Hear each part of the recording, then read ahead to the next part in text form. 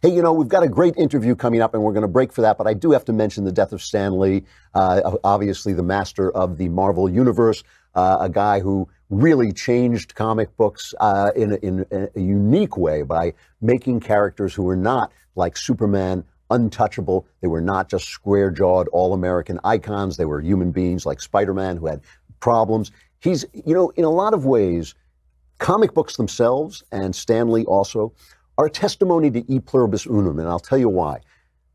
When you make everybody part of the country, when you're good to everybody, the people who have always been outsiders start to contribute in new ways. Comic books and superheroes are almost entirely an invention of Jewish people, of Jewish Americans like Stan Lee. And they're a reflection of a sort of desire to be part of this wonderful American enterprise that turns you into a superhero by identifying with this super country. And what Stan Lee was he was a little bit more honest about his superheroes because they were little guys, troubled guys, neurotic guys, like the old, kind of cliched picture of Jews. And so he brought that into the superhero mix. When you allow people to become part of your country, they contribute so much because they love the country and they show you different ways to be a part of it. And I mean, it's true, take Irving Berlin, who wrote White Christmas. That yearning, longing to be back in Christmas comes from a Jewish guy who was never part of Christmas, right? That's where that yearning sound that you hear in White Christmas comes from. In the same way with Stan Lee, that idea of the wish fulfillment of the little guy, Peter Parker, who becomes Spider-Man, and suddenly that is a very Jewish statement in a very big country. And it's a wonderful part of not having multiculturalism, of saying, no, we're all one culture.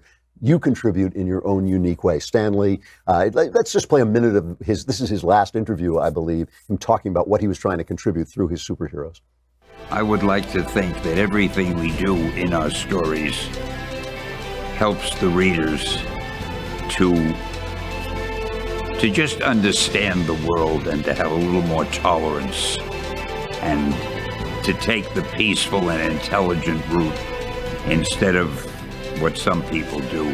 I've always felt it would be nice if, while enjoying the adventure, if the reader also gets the feeling that we should all be good to each other.